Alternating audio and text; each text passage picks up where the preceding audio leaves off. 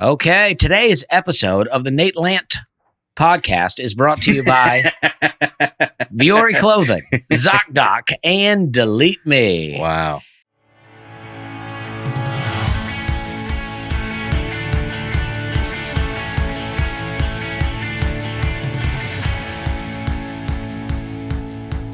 Hello, folks, and hey, Bear. Dusty Slay here, leading the charge today. Wow. Making sure to really sound out those T's for you. Here with me today is Brian Bates and Aaron Weber. Good to see you guys. Nate is not here. Yeah, he told us last week he wouldn't be here. I don't know how he finished in the golf tournament. Does anybody know? I don't know. Somebody sent an email at some point letting us know how good he was doing. It took me about 15 minutes to find his name on that list. I think middle of the pack is how he ended up, ahead of Charles Barkley. Okay. I saw, which is good, which is my benchmark. Mm-hmm. I just wanted to know. He's only 85 now or something. Charles Barkley used to be a terrible golfer. He's gotten better, terrible, right? But he's gotten better. Terrible. He's gotten a lot better. I've got much better at golfing. Ernie. Charles Barkley is an Auburn graduate, so He is. I'm a big fan of Charles Barkley. Yeah, because you ride the fence. You refuse to pick, a side on the thing that everybody picks a side on in the state of Alabama. I'm a state of Alabama guy. I Yeah. support the state of Alabama. Right. So that'd be more of a University of Alabama leaning there. No, anybody in the state of Alabama that I support. That's how you sell tickets right here, dude. You ride the fence. Yeah. So the Iron Bowl, you just want a fun game. This is how I always do it. Now, I don't, it's like, this is the thing for me, right? I don't ever say we. When I talk sports, I never say we. I didn't go to either college, so I never say we. So if Alabama has a chance to win the national championship in the Iron Bowl, I pull for Alabama. If it's Auburn, I pull for Auburn. That's how I go. I want the state of Alabama to bring home a national championship. Now, what if they're both undefeated and they're number one and number two in the country? I can't recall a time when that's happened. Well, I got an answer for that. Yeah. They're both still going to make the playoffs. Oh, now with a 12-team playoff. But even when there was for four, sure. I would say most likely. But there have been, in recent memory, there have been Iron Bowls with national championship implications for both teams. I don't recall. Let me ask you this. Well, it's happened. I think there's been years where the kick six game is a perfect example. Would you ever? Yeah, maybe so. But to a degree, though, during those times, it is like I almost pull for Auburn a little more because Alabama had so many. That it's like you kind of, you want to see Auburn win. Auburn's the underdog in that matchup. Mm-hmm. But I don't want to see Auburn win just for the sake of ruining Alabama's season. I hate that sort of stuff. Oh, that's how most Auburn fans are, though. I know. And that's how most Alabama fans are about Auburn. I know. Mm-hmm. They used to say if Auburn played Al-Qaeda, you'd pull for Al-Qaeda. I've heard Alabama fans say just that. I'm not that negative kind of guy. I would like to see Al-Qaeda field a football team. Even though there's a guy in the Nateland podcast Facebook group that says I've been very negative lately. Lately? Yeah. He says, where's this guy been? He says I'm negative, but I just live in reality. You're not negative. I just live in reality. That's right. Yes, I want. You don't have any other choice. Yeah. Well, there is choices. George Jones says, I've had choices since the day that I was born. Mm-hmm. That's pretty profound. Yeah. Do you know that song? No. Really good song. Okay. Yeah. You know it. I do. It's one of his later ones. Yeah. But very good. Yeah. It's about alcoholism. Okay. Yeah, I figured it was. I don't even know my top three guesses of what that song's about. Yeah. Yeah. So anyway, what are we even talking about? Well, we're here. We're having a good time. We're talking a little bit about Alabama football and riding the fence. And I don't know how we got into talking about Alabama. Well, I know why it's relevant is because right now, within an hour of this podcast being recorded, the new NCAA football game is coming out. Oh. First game in 11 years. It's a pretty big deal. Yeah. I never really liked football games, but I almost want to go buy a gaming system just to play this game. You know how many people in my life I'm trying to convince to do just that? Yeah. I'm texting my brother, get a console, dude. I almost want to go get one. Yeah, just to play. My wife won't let me do it, but I could take it on the road with me. Yeah, exactly. She doesn't even have to know about it, dude. Just keep it in the car, man. Now, why do you need him to have it? Your brother. I want to be able to play with him, dude. Okay. Yeah. Remotely. Yeah. Through there's this thing called the internet, and you can play against each other no matter where you are in the world. I'm so far behind. I'm just used to playing Remotely. against the machine.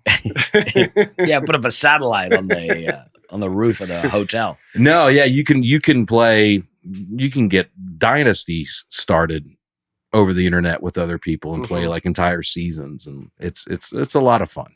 So that'll be occupying a lot of my time between now and when the baby comes. So that's for sure. That's exciting. It is exciting. It's very exciting. Yeah. Well, I had what were you guys up to this weekend? Well, you want to go last? It doesn't matter. I just was, trying to pitch it to you guys. Mine's pretty quick, I guess. Uh-huh. I did one show at Zany's with Dusty. Oh, and I do want to show. What do we do? What show is that? It was an all-star show. Zany's Comedy All-Stars. Yeah, it was a hot show. Apparently it meant more to me than Dusty. No, but it meant a lot to me. But I wanted to show. I show up. Let me send you this picture. I show up and Zany's has this up on the screen promoting some of the hot new comics that you might get to see. That's right. Yeah. Coming up here at Zany's. oh yeah, And that yeah. seems right. If you're listening, it's 3/4 of the Nateland podcast. Yeah. Maybe because the other 4 airdropped me a screenshot of a picture that you took on your phone. Just airdrop me the picture, dude. Well, I don't have the picture. You didn't take the picture? Now I think this is I mean, that's the picture I took. that's Yeah. a digital. But picture you at airdropped me a Zany's. screenshot of the picture in your photos folder. You see what I'm saying? You can just airdrop the picture directly. Oh, I'm I'm not trying to. It's just very funny that you're like, why would they not include me in this list of hip young comedians? And If that's well, if that's what their criteria is, then I am in bad shape. No, that's very funny. Brian sent us this picture. There's plenty of room for you too here, man. And I'm kidding. Obviously. Yeah, I'm just joking, but it was just But funny. you to me. do have a show now that's sold out. You've already sold Yep. out one. Yep. And, the lab is new. So sellouts at the lab are not exactly gimmies Nope. right now. People are not No, selling very out. few Yeah. have happened. Yeah. Yeah. This is a big deal, and that show was a lot of fun. So maybe that's why they did it, because they know I'm good, and you three might need a little That's help. right. We need a Yeah. little bit of a push. I bet that's it. Dusty and Nate don't, obviously, but I would take a little bit of a push. We're going to add you to this. I'm Brian. happy to be included. I'll tell you that. Yeah. How about that? And then what, Brian? You were at the Opry. I have the video of you here that you Well, sent me. this was from a couple weeks ago, and I was telling you about it in the green room Uh-huh. at Zany's, and you said you got to get that video, and I did. So I had my set, and at the Opry, felt good about it. I say good night, and I walk off, and as every time the host, reaches out and shakes your hand, and for whatever reason this time, Kelly Sutton reaches out her hand, and I just hand her the mic and like, here, Twits, take care of this for me, and I walk off. Here's the video. And having done that Opry many times, it is so funny to think about you doing that. Yeah. It is so funny. Yeah. Guys, I'm Brian Bates. Thank you so much. Enjoy the rest of the show. Thank you. I'm feeling great about myself right here. Hey, babe.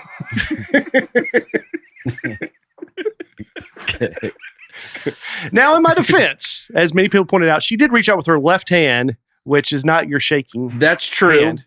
That's true. But given the blocking of the stage, it only makes sense to do a left-handed Well, handshake, right? Oh, yeah, I'm not knocking her. Yeah, no. I did the Opry this weekend, and I talked to her about it. We laughed about this video quite a bit. Right. And she said she's instructed to reach with her left hand for what you said, so as not to be blocked from the cameras. Uh-huh. But she reached out almost like she was cupping her hand, like, give me that mic. And I'm like, all right, there you go. Now, just so everybody understands, there's an entire crew of people who handled the production of it. They're waiting 3 feet past the host to be handed the microphone. Yeah, Kelly didn't give you that Yeah, microphone. Kelly when you went out. could not be less involved with Brian's microphone.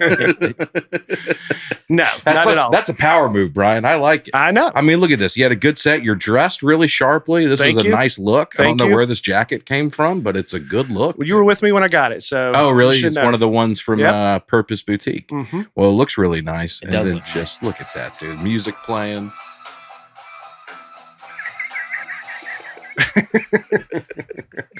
I just did the Opry last night, and I faked her. I faked her one of those. Oh, You that's did? fun. Yeah. That's fun. Yeah. Now, what happened with you at the Opry That's recently? my new move. I now. heard about how you got brought up.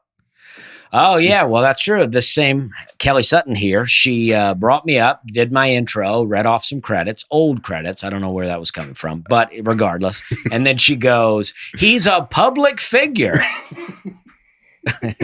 So it really kind of threw me. And this is not just a show in a room. This is live broadcast. This is live radio all over the world. Yeah. Hundreds of thousands of people listening I in. mean, she's not wrong. I still stand by my defense of public figure. That it's the, nicest way to describe yourself, being put in the public eye. Mhm. But, Public eye. I mean, Okay, what are we talking about? Okay, yeah. These are just funny phrases to hear you say. In the public eye. Dusty, you're so full of yourself. Yeah, Yeah. I mean, we're putting ourselves out there. Well, that's very funny. Um, Where were you this weekend? I Dusty? did the Opry all weekend. I did Friday, Saturday, and Sunday at the Opry. Oh, that's I nice. did a 3-night stint. I got to work with Vince Gill, who I've worked with many times before. So I didn't get a picture with him, but it's fun to do the Opry. It's fun to get to know these people, Like you guys have, not even, you guys have both tuned out, but No, I was pulling up the pictures that you sent me. but right yeah, but Vince Gill, I was tuned out. yeah, I know you were, but big fan of Vince Gill growing up. And so like to do the Opry and then like hang out with him and talk to him and have him watch my set. Yeah. It's pretty amazing. He's to a me. very nice guy, but he's pretty intimidating. He's huge, right? Yeah, he's he's a like big guy. 6'9" or something. but so nice, such a great songwriter. Yes. And then this is Colin Ray. I met Colin Ray. Really? Big fan of Colin Ray in the 90s. And I'm still a fan of him, but I just don't know a lot of his newer stuff. But he's great, so nice. And then I met Martina McBride here. Yeah. Wow. Big Martina McBride fan. It was exciting to meet her. And then this is Don Schlitz. And a lot of people probably don't know who this is. I didn't know who it was either because he's a songwriter, right? He's Mhm. not really a performer. But he was going through, he said, he was telling the songs that he had written before he performed them. So he started off with the song The Greatest by Kenny Rogers.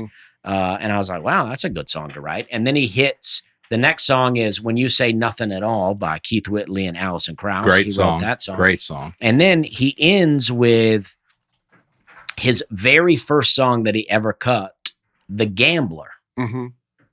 Wow. by Kenny Rogers.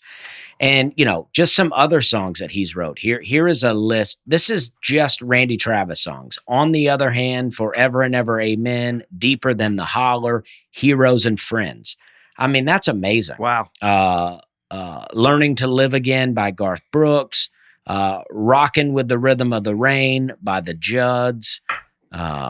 He has 2 Grammys and 4 ASCAP Country Songwriter of the Year awards. So this is, in terms of country music songwriting, this is the upper echelon. Old School by John Conley. I mean, it's just like, Forever and Ever, Amen is one of the most iconic songs ever. I mean, I was told that he had like 20, 25 number one hits. 24. 24 according to that. And then 45 top 10 hits.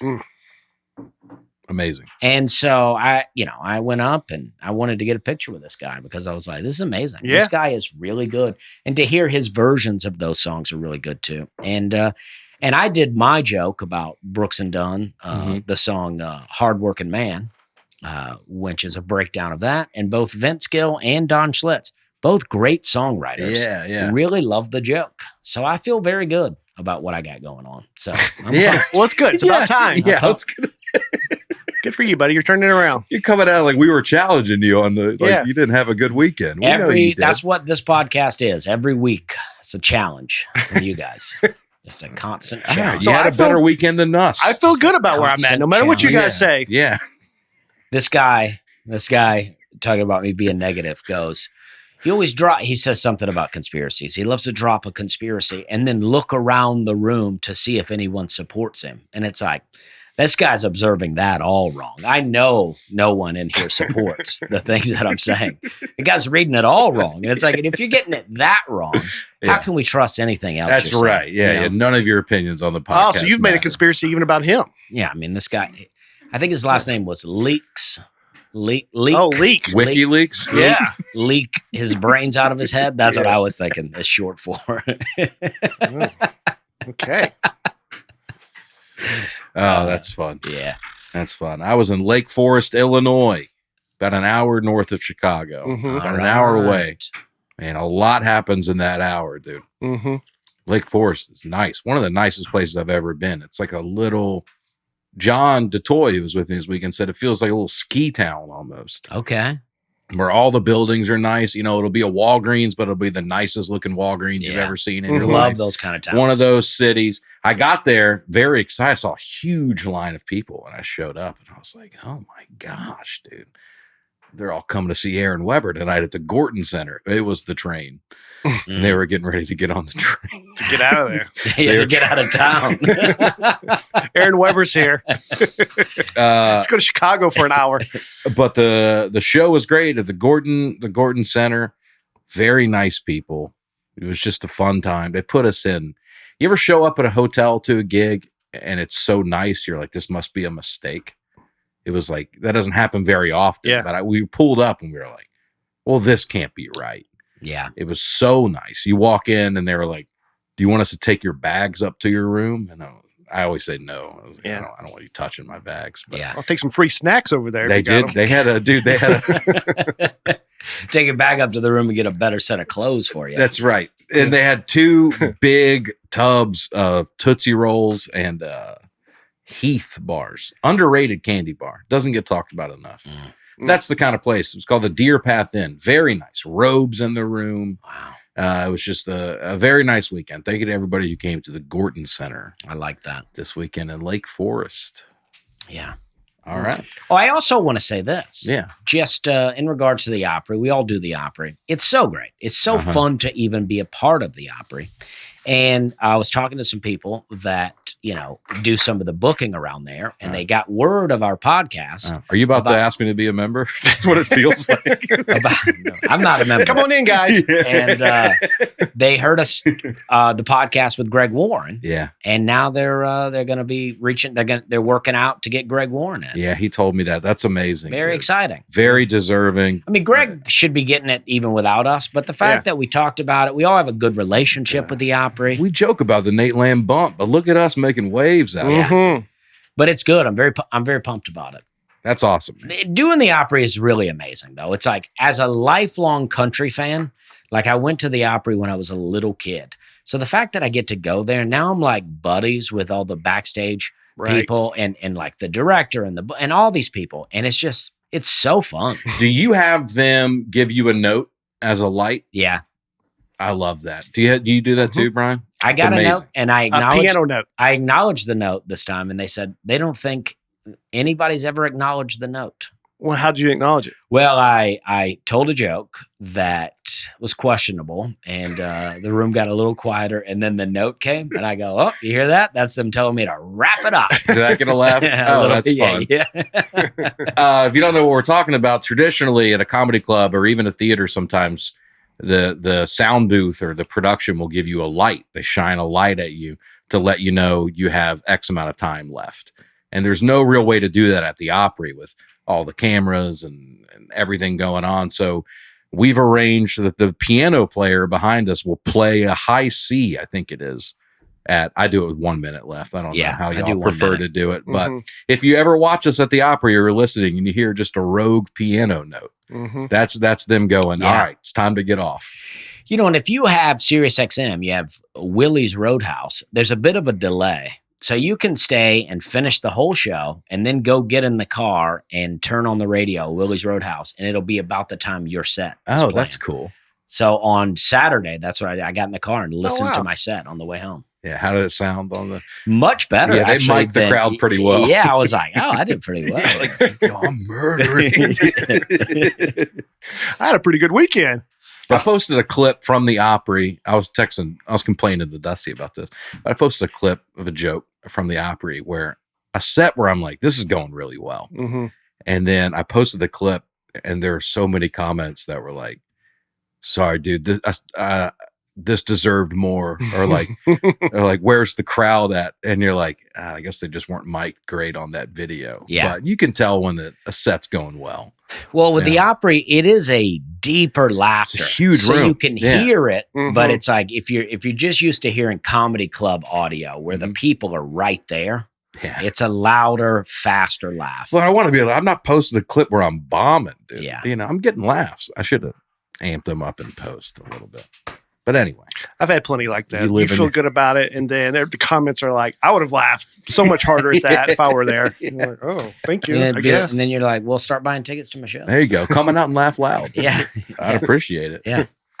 Dusty, you want to tell us about Viore? Oh yeah, I'm wearing Viore right now. Matter of fact. You are? Yeah, not shirt, my shorts. Oh, okay. I don't know what this shirt is. It's not as comfortable as Viore, I'll tell you that. Let me tell you about our next sponsor, Viore. Viore is everything you need in clothing when it comes to working out or just lounging around, which is what I'm doing. It's more comfortable than whatever you're wearing right now. Viore is incredibly versatile and designed to look great in everyday life. I love to wear it when I'm traveling and recording this podcast. It is so comfortable, but also looks great. Everything is designed to work out in, but it doesn't look like or feel like it. So it's not just for that. It's perfect for running weekend errands. My personal favorite is the men's Sunday performance jogger. Nate loves the lightweight jackets they offer. I don't know the names of them, but I have the shorts, and I have 2 pairs of the shorts.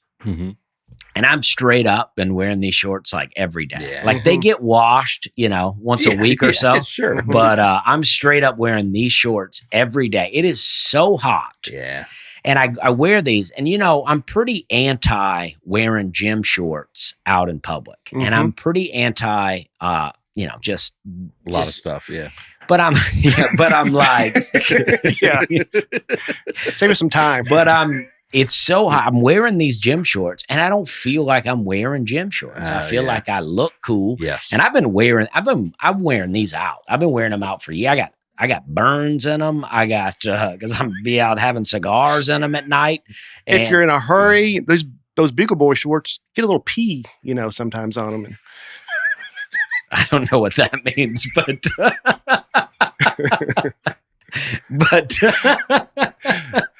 I was listening to. Let's finish the ad. I'd like to explain myself. Viore is an investment in your happiness. For our listeners, they are offering 20% off your first purchase. Get yourself some of the most comfortable and versatile clothing on the planet at Viore.com/Nate. That's VUORI.com/Nate. Not only will you receive 20% off your first purchase, but enjoy free shipping on any U.S. orders over $75 and free returns. Go to Viore.com/Nate and discover the versatility of Viore clothing. Wow. Boom. All right. Yeah, please finish that. Well, I was listening to We're Having a Good Time podcast. And Dusty my own personal podcast. Did his own personal ad for Viore and said he used to wear these Bugle Boy shorts, but he go to pee and get a little pee on them. Oh, okay. You don't recognize that was a callback to your own podcast? Oh, you mean like khakis? Well, yeah, you said Bugle Boy, but yeah, okay. I said Bugle Boy? What kind of shorts? Were you more of a used to wear? duckhead kind of guy? Maybe you were. Maybe it was duckhead. I don't know. I've peed in a lot of shorts, but So it was the brand that threw you off, not the peeing in them that you couldn't remember. Yeah, I don't know really. I don't remember saying that, but it's I talk. All right, well, let me ask you then. I talk so much. But, do you ever pee in your shorts? Well, I mean, not my shorts. I don't know. This guy's lived a life out here. Yeah. Of course he has. Come on. I mean, I've been, when I used to drink, I've dried khakis at the hand dryer in a bathroom several times before where I'm like, oh, this got out of happy hour, got out of hand here.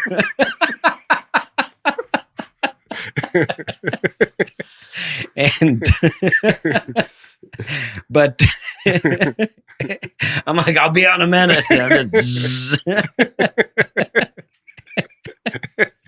But it gets wild out here. But the Viore is good. I mean, they dry quick if you do spill something on it. Moisture wicking. Yeah. A lot of this Well, stuff. I'm sorry to bring that up. I thought No, if you said on your own podcast, it was safe to mention. But I don't mind. Yeah. all right. I got a lot of pee stories. Yeah. And thankfully, today's episode is on pee. Let's get into the comments right here. Where do the comments come from, Dusty? I'll tell you where, but do you want to read them? No, well, Do you want to? I think people prefer you read them. Oh, okay. Okay. Comments come from Twitter, Instagram, YouTube, Apple Podcast Reviews, and Nateland at natebargatze.com. And that's it. That is it. Yeah. That is it. You can also hand them to me at a show with a gift. With a gift, though. With a gift. Uh-huh. Oh, somebody, I should say this. Somebody, God, I wish I could remember her name. She's very nice. I think she drove a long way to the show. She DM'd me and said, there's a gift for you waiting in the green room. The green room is unbelievable at this Gordon Center. Yeah. It's huge. And I get in there and there's a dozen Krispy Kreme donuts All right. waiting in there. And John and I are looking at them and I go, God, I don't even want to think about these till after the show. Dude, I had 5 before the show. Wow. How'd the show go? I was struggling at top. Dude. I was like, And then John made a yo-yo out of one of them. And then he could. I'm telling you, I know man. he could. Yeah. He could if he wanted to. It is pretty amazing. I think John has a yo-yo in a holster like a gun. And if you go, hey, could you do a little yo-yo? He could pop it. I mean, it's not even in his pocket. It's I know. And It's the like string's not even attached to the I mean, I don't even know how he does it. he's like Spider-Man, but with a yo-yo. It's like just in there, right? Like Tobey Maguire Spider-Man, where it's in his hands. Mm-hmm. You know what I mean? Nate's dad's like that with cards. Like, Yeah. he'll just Yeah. pull some out. Like, where was that even at? Mhm. And he'll be doing a card trick for you Yeah. or some magic. All right. This comment is Amy Gilden. Hmm. This has to be right up there with the ant discussion and animal episodes. I don't know what it is about you guys, but when you get on the topic of anything to do with nature, it gets even more hilarious and ridiculous. And I just love how incredulous Nate and Dusty are whenever they come against any scientific numbers that they think no one can prove. That's true. I think we should all be like that a little bit. You know, somebody says to you, these sharks have 30,000 teeth in a lifetime. You go, well, how do you know that? Yeah, a little healthy skepticism. Right. And I think the explanation should be ready. You Okay. know, But if and you're given the explanation, do you go, okay. sometimes. I mean, are these Never. sharks coming from space? Then no. But yeah, but I think she's right though. Animal episodes are very fun. That was Yeah. a fun episode. We do a good animal The ant is still my favorite one, I think. Yeah. The Ants versus humans. I gotta go back and recut a different clip of that debate. I think I did a bad job. There's so much context involved that it was tough to get in a 60-second clip, Yeah. but I need to go back and recut it because I I- think that can do well. They should be a whole, like just the ant discussion, even if it's 10 minutes long on Yeah. YouTube. I think. well, we yeah. put it in the best of. I put it in the best of. Uh-huh. I don't remember how long it was, but I think it was a few minutes. Not Yeah. 10, but it Okay. was yeah, a few. Yeah. We'll do that. That was Yeah. fun. I think a big clip of that would be great.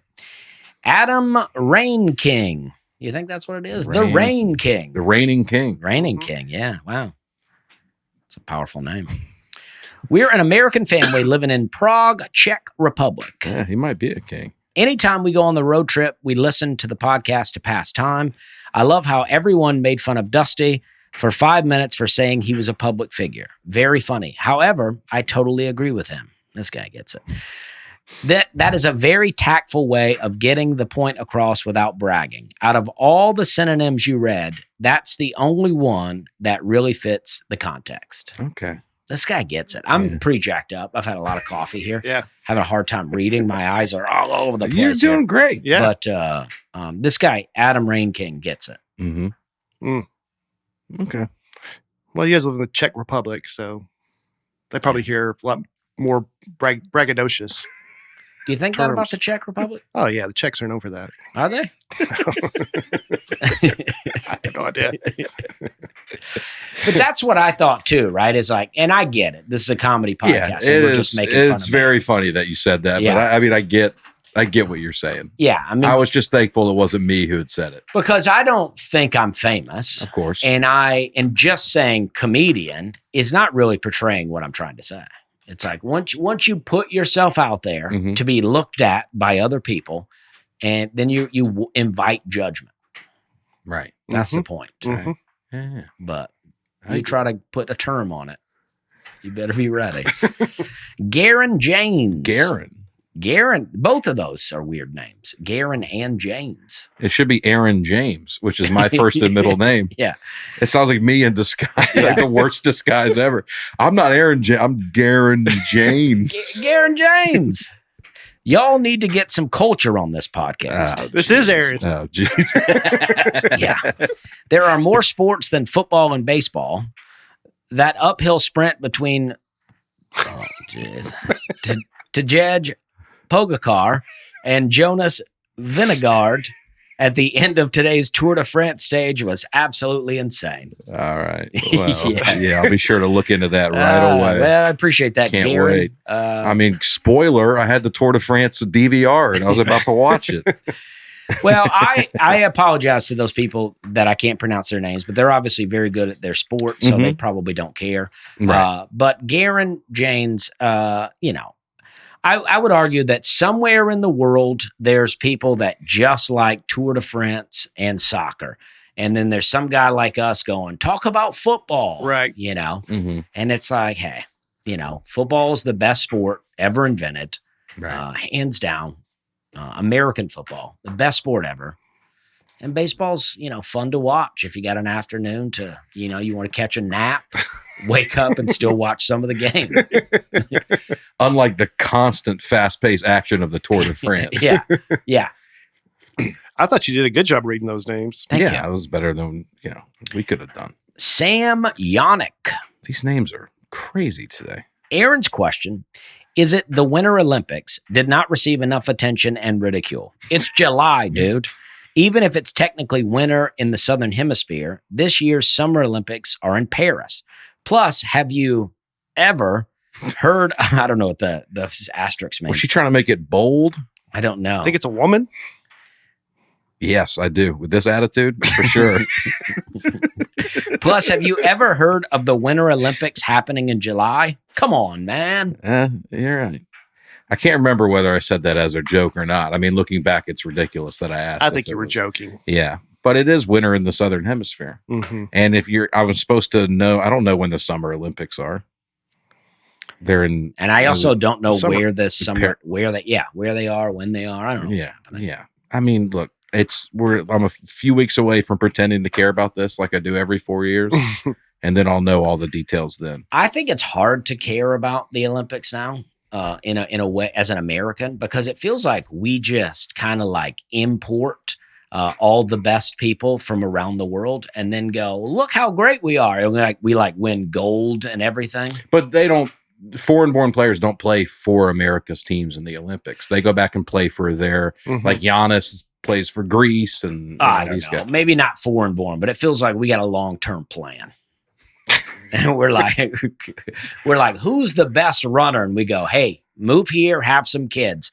In 20 years, we're gonna be dominating. That's the American dream. Yeah. Come on over. We And got room. I think my wife ruined it a little bit for me because my wife is Canadian. Right. And she's like, when we would watch the Olympics growing up, she was like, it was America, gold, gold, gold, gold, gold. And then she's like, Canada would win a silver medal, and this guy would be the talk of the country for years to come. Wow. Whereas in America, we win gold and we don't even know who it was. Yeah. But I think the Winter Olympics is a little reverse. Not as drastic, but Yeah. I bet How many Olympians, like famous U.S. Olympians, can you name? Can you name 5 of like the last 10 years, maybe? Oh, no. I mean, Michael Phelps. Yeah, it's a good one. Yeah, I don't know. That's, Simone Biles, yeah, I guess Yeah. so. I Yeah. mean, you named her. I mean, Shaun White. Remember him? no. Yep. Shaun White. Right. Yeah. Oh, he's a skateboarder. Or he's a surfboarder. Snowboarder. Yeah. And he did X Games stuff Yeah. too. He's like a skateboarder too. Guy's a freak athlete. Yeah, I mean, Simone Biles is very famous. right. And I guess because she's an Olympian who won gold, but it's like Katie Ledecky. There you go. Katie Ledecky's the I new haven't- Michael Phelps. I haven't watched like when the 96 gymnast. I was about the same age as those girls that were, the 96 Carrie Olympics. Scruggs. Carrie Scruggs and Oh, no. Dominique Mucciano. The girls won gold. It was Okay. big. It was heroic. And it's like I was about the same age as them. I had a huge crush on all the girls Yeah. on the thing because Yeah. I was like, oh, this is the best. And Uh-huh. Dominique Mucciano did the freestyle thing where Charlie Daniels' Devil went down to Georgia Oh, because the man. 96 that was made for you. dude. 96 Olympics were in Atlanta. It was Yeah. like unbelievable. Uh-huh. I celebrated as like these girls were like heroic people, but then you look back and you're like, oh, they were like under the pressure and made to do it, even though they were like, I'm hurt. And they were like, Oh. no, you better do it. Whereas Oh, Simone okay. Biles, it felt like this year or last year, or whenever it was like, I'm not doing well. I'm Yeah. not going to do Yeah, this. yeah. And She had the twisties, I like that. Yeah. which I we all liked it. get. What are the yips? The twisties are like, I don't know, but I assume twisties is like when when she turned in the air, she couldn't, Vertigo? well, I can't even if you were moving the table, I would be like, oh no, I'm dizzy. It's I know. like- I'm like that. You had a joke about that other night at Zany's, and I was thinking that's me too. With my daughter, if she like wants to do a little game where we spin around, I do Yeah. too. I'm like, I'm Yeah. out. I got to sit Yeah. down. The twisties, like she couldn't get her. You don't remember this? I remember. I'd never heard the word twisties though. It's like the yips though, where you just kind of I forgot what it was. catch it. It's where she like couldn't get her balance, or I can't remember Yeah. now, but she had to sit out for a while. Alicia Taylor, we're moving next month, and the old owner of our new home told us about the next door neighbor. He said, just give him your leaves in the fall and he'll leave you alone. If Dusty owns a home in Boise, we're definitely moving next door to him. Well, I'm not in Boise, but I like this guy. Yeah. I like that this guy's like a little bit irritating, but if you just give him your leaves, he'll leave you alone. But Dusty won't leave you alone. Nah. Nah. You'll deal with him every day still. I do have an offer to go to Boise in 2025. I've never been to Idaho. Nice. Very excited about it. I have no idea when, but at some Is point. there a theater in that there, year. or there's a new club Yeah, opening theater year. there? Oh, awesome, man! Awesome. Exciting. Very exciting. Matthew Birth. Apparently, my frequent podcast listening has caused me to start sounding like Dusty, and it's rubbing off on my kids. A few days ago, when my wife announced it was time for dessert, all of my kids said, all right, exactly the same way Dusty says it when he is introduced at the start of each podcast. Well, I think that's good, Matthew. I mean, it sounds like your kids are cool and hip and they're with it and they know how to react to things. That's right. You don't want a bunch of kids going, yay. You want kids going, all right. Yeah. You know what I mean? That's what I'm talking about. Mm-hmm. A friend of mine, also a listener of this podcast, sent me a video the other day of his daughter. He said he's not been teaching his daughter this, but he said, all right, like, all right, in the kitchen. And his daughter, 3 years old, goes, we're having a good time. Oh, that's amazing. Yeah. That's really cool. So I'm changing culture out here. And his daughter's name was Daisy. I was getting her to do all right for a little while. She stopped doing it. That's though. fun. Daisy's got her own thing going on. She ain't. Yeah. She like, I don't need to be doing what you're doing. I want to be doing my own things. Yeah. Justin Kello. You think that's how it is? Kello? Yeah. A Kello. I am so jacked up. Yeah. I just did my first open mic and I didn't know it was a 1 minute competition. I had to try and condense the 5 minute story I had planned down to one. It did not go well. In the early days, when you truly did terrible at an open mic, what was it that kept you going? All right. I don't think we're going to have to reach back too far to answer this question. There's Kill Tony down to 1 minute. Yeah, I would do terrible in that now. I will say, I bet that your 5 minute story is not really a 5 minute story. Yeah, it's probably Sure, a 2 that's minute story. And it can be condensed. And it's probably going to be a better story if it's way shorter. But what kept me going in the early days, I would say, honestly, I had nothing else going on. I mean, I had a job I didn't like. I wasn't married. I didn't have kids. comedy was it for me. I mean, that was my social outing. If I could be funny that night, then I was cool, and that was what. So that's your advice, Justin. Destroy the rest of your life. Well, it don't destroy it, but it is like when people have very happy homes and they have wives that they like and they want to go home. It's hard to set in an open mic. Yeah. You know, right? It's like hard to set in an open mic room. Like you have a special situation because your wife works at a comedy club. So she's at the club. And so you can do open mics, but it's like I see it all the time with people when they have kids and they have a happy home, they're like, what am I going to go sit in an open mic room and listen to the worst comedy I've ever heard or sit at home with my wife who I love? Yeah. And hear her tell the worst story I've ever heard. I'm just kidding. Well, congrats on doing your first mic, Justin. That's the hardest hump to get over. Yeah. And if you'd have known it was 1 minute, you probably wouldn't have chose that 5-minute story. Mm-hmm. And also toughen up. You know what I mean? Yeah. Just toughen up and get out there and have some fun. Everybody stinks. Nobody's good. Just know that. Yeah. None of it matters. And some of these open mics, nobody ever is good. Mm-hmm. Like even like if it's like to some degree you could take the most famous funny comic you know, and if you could change their name and disguise them and they just showed up to an open mic with new jokes, it's debatable if they would actually think he was funny. I think about that sometimes, even with like a special where the comic is murdering at the special. I think if you do that set at some of these open mics I go to, I don't know if you're going to even have a good set.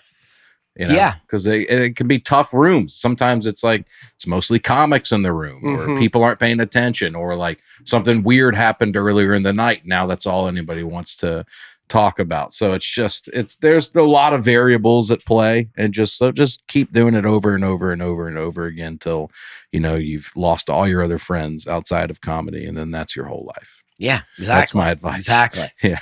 If you guys had a really commit to it. Yeah. High pressure showcase in front of industry, whatever, it's going to really make or break your career. What's the amount of time you would want to do? If they said you can do as much or as little time as you want. I'm at a stage now where I feel like I can be more, sounds whatever. I feel more confident doing like a 30-minute set versus like a 5 minutes. Yeah. You know what I mean? Yeah. At this point, I'd say give me an hour. Yeah. I mean, let me do my full set. Yeah. I don't feel that confident yet, but I'm kind of like that. I would say 20 to 30 minutes. I feel much less nervous than 5. Right. I can stretch out, take my time through stuff. With 5, you pick the wrong jokes. You can't recover. Well, that's the hard thing about the Opry shows, even. It's like the Opry is a much different audience than what I'm normally encountering. Nowadays, thankfully, it's like my audience is my audience for the most part, right? But even in a comedy club, it's like just a different audience. And then I got 13 minutes. So I'm like, if the opening joke doesn't go well, which it didn't last night, I'm like, all right, now I got to like recover. Oh, on Saturday, I have a couple of old jokes that I do at the beginning of my set at the Opry show because I know it always gets them. Somebody yells, "Do new material." At the Opry. Whoa. Yeah. I was like, wow. And who yelled it? Dan Rogers, the president? But the set, I had like you're describing my worst nightmare. Yeah. But it's like, for me, it was like the rest of my set was new material. Like it was like, that was what was planned. It was these 2 jokes that I want to do to get in there, get the audience going. And I had to really force it. I had to really stuff it down. I got chills hearing you say that. Yeah. I was so mad. Did you address it? I said, what am I getting heckled at the Opry? Oh, that's all I said. And then I just tucked it deep down and the anger filled my body and I just stuffed it way deep down. And God, that's insane, dude. Do new material. Yeah. And it's like, the Opry is like the spot for the greatest hits. Are they yelling at Don Schlitz to do new songs? Exactly. You yelling he at starts Vince playing Gill. The Gambler and they go, play a new song. Yeah. We've heard this one. Yeah. Wow. So. Wow. That got me fired up just hearing about it. What's my worst nightmare? I would have thrown the Micah Kelly Sutton after that. Yeah. And I hope that they found that guy and drug him out back and beat him for a while. That's what I hope they Like a did. casino. Yeah. I hope they drug him out back and put a roll of quarters in a sock and beat him up. Start ripping his fingernails off. Yeah. It's the dumb, dusty guy. Yeah. So, but fortunately for me, the rest of my set was planned to be new There material. you go. Yeah. So, Wow. yeah. All right. Roxy 444. Dusty, I feel you on the leaf blower. My neighbor uses a leaf blower to fluff his grass every single day. Fluff his grass in all caps. Yeah. And it's not a small yard. It's just on and off all throughout the day. I hate it so much. I respect the dedication Yeah, I to do the too. I lawn. like dude. it. Fluffing your grass? I didn't even know that. It sounds like a euphemism. It does. Especially with the name Roxy 444. I feel you on the leaf blower. What is this guy doing with his leaf blower? I can't believe that one slipped through me. They're like, Bates won't know what fluffing your grass means. But the leaf blower is, it's like, all right, to some degree, I get it. You want to clean off the driveway or whatever, but it's like, it's just so loud and it's gas powered. So you get fumes out there. I'm trying to enjoy some fresh, clean air. What about an electric leaf blower? That's mine the has a kind I battery. have. Yeah, mine's a battery operated. That's Is that better. okay? That's better. It's louder, Yeah. but it's not hurting the Oh, really? environment. I don't know. That's better, but it's like, and I don't even care about the environment. I just mean, don't, Clearly. it's just like, I don't want to smell it. Okay. Oh, it's the smell, Yeah. not necessarily the noise. Yeah. No, the noise too. Those two things. But The if you had smell, to pick the noise or the smell, I'll take the noise. Okay. I prefer you sweep. Get yourself a. you can't sweep the grass though. But what do you're leaf blowing the grass? Yeah, I think if you got some nice, long, manicured grass, you need to fluff it. Oh, every now. rake it. Yeah, I don't think you can fluff with a rake. I don't know. I don't know. I don't That's think an you've ever old school fluffed your fluffer. grass before. Well, I don't fluff my grass. That's for sure. Do you mow your grass? I do mow it. Yeah. Okay. Yeah. I mean, right now my grass looks terrible. It is so does dry mine. out So does here. mine. It is so hot and so dry. Yeah. Mm-hmm. I mean, dang, it's hot out. I don't know what I'm doing either. I'm just watering it.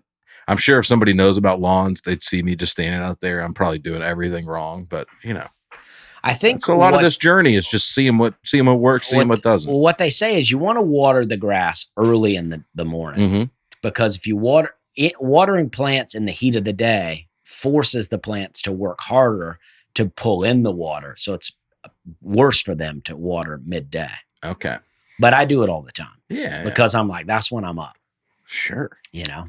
I took out a, not real related, but I'm going to share anyway. Other night, getting ready to go to bed. We were ready to move on anyway. Yeah. I was Yeah, getting bored of you guys' conversation, so I thought I'd start my own. Yeah. Other Is this a night, lawn care podcast? it's like 1:30 in the morning. I'm Right. getting ready to go to bed. I think I'm going to take out this trash in the back before I go to bed. I walk. AM? Yeah. Okay. Sorry. Yeah. Okay. Sorry. Spaced out for a second. And I see a critter A critter. moving around near the trash cans. It's in the dark, and it looks like a possum. Oh, jeez. It steps out a little bit in the porch light. Ugh. It's an armadillo, All right. and it then scared. And I got a little video of it scurrying off, but it was almost gone by the time I did it. But that's the first time I've seen an armadillo around here. I've only seen them dead on the side of the road. Yeah, they used to never be here. I know they've migrated here over the last few years. Yeah. But that's the first time I've seen one up close. Kathleen Madigan has a bit about this, how they're migrating north. Oh, really? Yeah. I didn't realize that was the case. So we're going to see more and more of them. Mm-hmm. I in used to the go down. next few years. I used to go down to Alabama, and I would see them on the side of I-65. Yeah. all the time. Yeah. And then they started coming up I-65 closer to Nashville. Now They they're say armadillos are born on the road dead.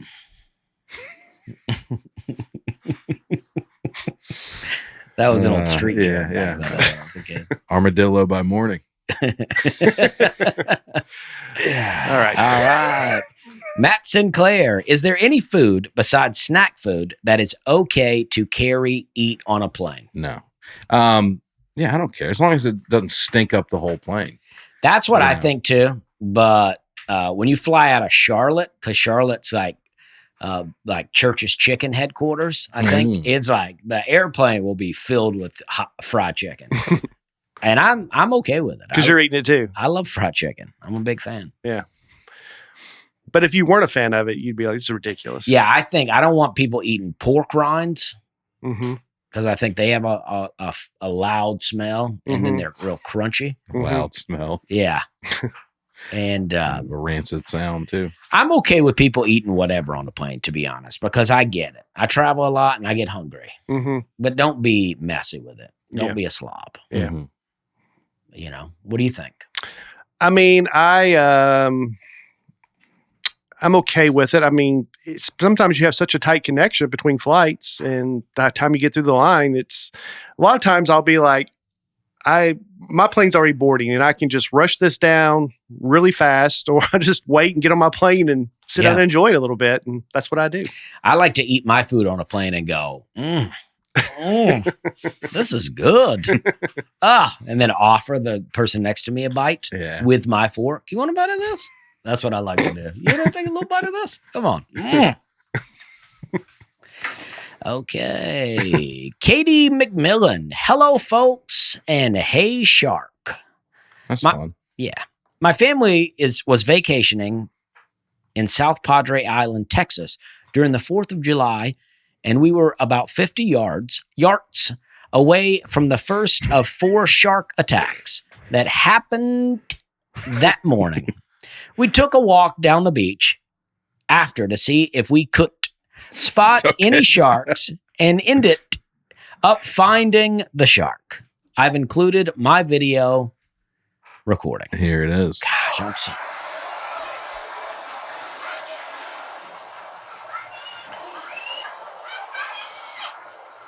Now, right there, it looks like there's 2 of them, right? Yeah. There's not. It's just a big shark. That's just one. So that's its dorsal fin and then its tail. Yeah. Is that dorsal? Is that what it's I called? don't know. It's a fin and a tail. That's crazy. I mean, that's so look how close close to the it is. shore, man. Because I don't go out far, but I would go out that far. Well, that's pretty... Thank you, Katie. I'm sorry I butchered your comment like that. But they were down in South Padre, Texas during the 4th of July when about 50 yards away from the first of 4 shark attacks that happened that morning. That's pretty wild. Oh, I thought you were going to read the whole thing again. I was like, We took a walk down the think beach we're good. after to see if we could spot any sharks and ended up finding That's the crazy. shark. That's crazy. You never know who's listening to our podcast. Yeah. She said, I didn't put that part in, but she said a lot of the news outlets started using her video. Whoa. All right. Look at that. We broke it. We broke it first. Mm-hmm. Did you get any credit, Katie? Yeah, she said she's a public figure now. Oh, okay. Follow me for more shark stories. Yeah, exactly. I've got the shark. Miles. I think it's about time we got a certified scientist on this pod to challenge Dusty's conspiracies. Thank you. Once he finds out how microwaves actually works, it will blow his mind. Love the pod, guys. Get on it, Butterbean. I don't know if he means me or Brian with Butterbean, but I'm pretty sure he means me. yeah. Once he finds out how a microwave actually works. You're going to have your mind blown, dude. Yeah, buy the microwave.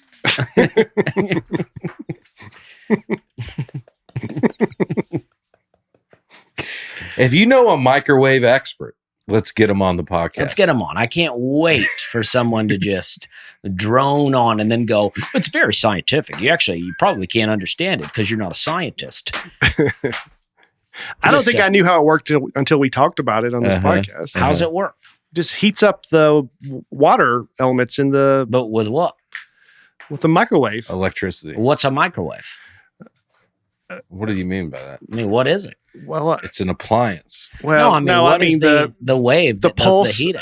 yeah, I can't break down what a microwave is. Well, how does a toilet work? Can you break down how a toilet works? I'm Well, guessing yeah. you use one every day. You pull the lever down, Yeah. and then it opens up and allows all the water inside the toilet. Allows all the water. What do you mean? What's happening? Well, you physically what's happening? You remove the suction stopper from the it. suction stopper.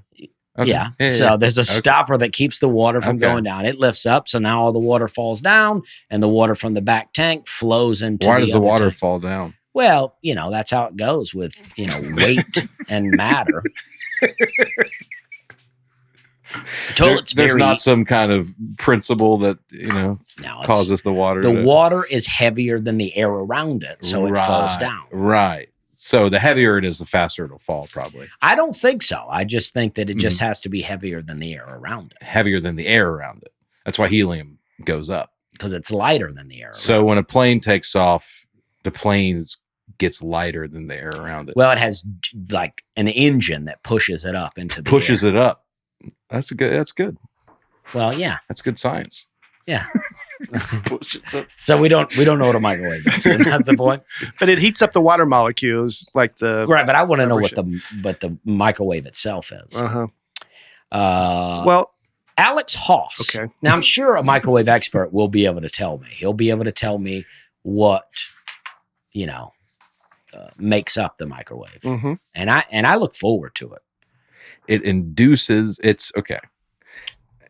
It's an electric oven that heats and cooks food by exposing it to electromagnetic radiation in the microwave frequency range. Ooh. This induces polar molecules in the food to vibrate and produce thermal energy in a process known as dielectric heating. Wow, radiation. That sounds scary. Huh? Yeah. You know what's not scary? ZocDoc.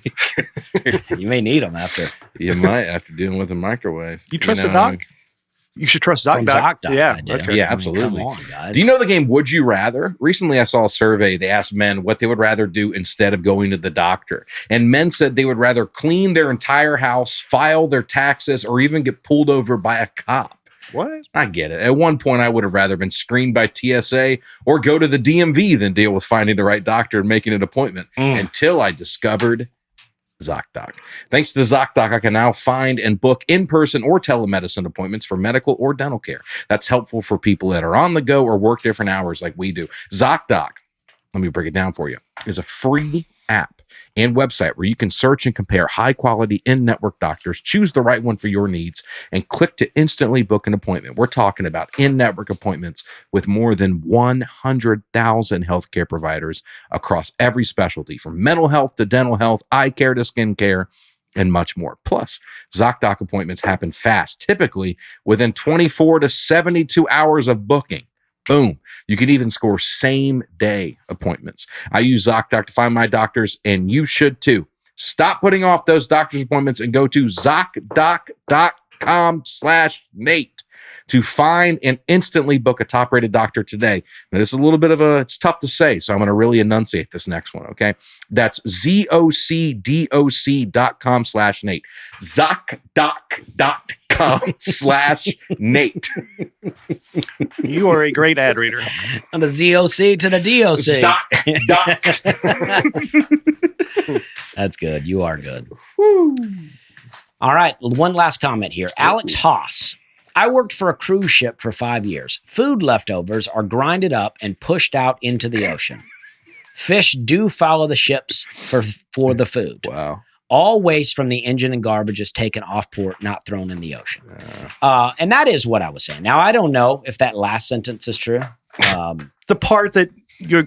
All I'm saying is. That's all you do, Dusty. You just negate anything that you don't agree with. All I'm saying is I don't know if any of it's true, right? But Yeah. this is Even the part you said. I assume that they would throw the food off. And I've heard people talk about saying that fish and sharks follow these ships around because they've gotten used to the food being out there. Sure. So all I'm saying, yeah, I'm sure these ships are very ethical and they don't throw the trash in the water. But if they have this grinder, what is trash and what is, but the point is fish do follow these ships around. And if you fall off, that's very scary. Oh, yeah. Very scary. Oh, yeah, for sure. And I know that I could be a little much, but I don't think you're much. I am right about most of these. Because the fish would eat you. Yeah. That's why it's scary to fall off Scary the ship. because it'd be very cold. Yeah. Yeah. Also, you're alone in the water. And the ship, even though it seems like it moves slow, it moves very fast. So very quickly it would be away from you. Mm-hmm. They say it takes so long to turn around and come back and look for you. I would think they would just be able to throw a life raft in the water and scoot out to you. But who knows what the water's like out there. It's true. Yeah. And then sharks are out there, and not even sharks. It's like even just little fish that just nick at you. I mean, that would be very scary. Uh-huh. Yeah. The ocean's scary. Falling off a ship is scary. Terrifying. We're not supposed to be out there. No. But thank you, Alex, for writing that in. It's And Go ahead. I trust that he's right. All right. I'll just say it. He's right about the garbage Mhm. and the waste. How about that?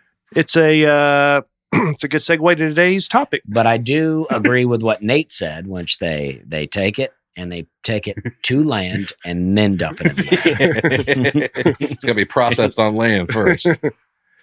Today we're talking about trash. Oh, And I know a learned- little bit about it. Yeah. I learned there's a little bit difference between trash and garbage. What is the difference? Because they're used interchangeably. They are. Yeah. I think garbage technically means food waste. Whoa. What about rubbish? Yeah, I don't know. Rubbish. That's kind of makes me think food too. Okay. Don't you? Oh, interesting. Yeah. Rubbish, I think of like an abandoned house and there's just kind of just rubbish laying around. But that's rubbish is like a British term, right? Yeah, but that's how that's what they do. In rubbish. on a back road in Alabama where my dad lives, there was a sign that said "No dumping of rubbish." I was like, "What is that?" Anyway, so garbage is food. Henry Cho has a joke about his buddy. I think they were in New York or something, and he went to the trash chute. And he came back and he said they refused it. It said refuse.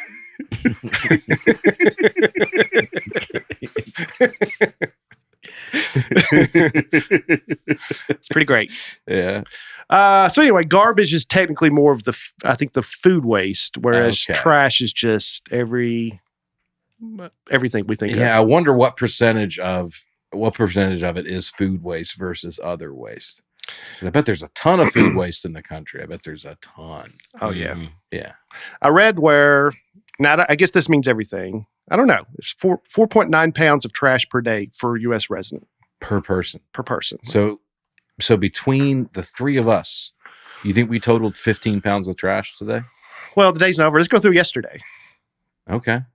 Who wants to do it? Yeah, I live pretty green. I'll just say that. Yeah. Like, you know, You're wearing green. You live green. I do compost most of my boxes. So let's just any stat that we say on the podcast probably doesn't. Apply to you. Yeah, Yeah. I compost a lot of my boxes, and then I also compost all my food waste, unless it's like meat, because like wild animals will come get at the meat. Okay. And if I lived more in the country, I would just do it. But I'm like, I don't want to bring a lot of raccoons and stuff into the Coyotes. yeah. Why don't you go to one of your mini lands that you own?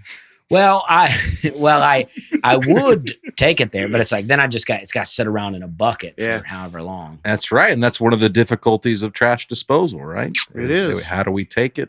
How do we take it other places? Interesting. We'll come back to that. Yeah. We'll be right back. Yeah.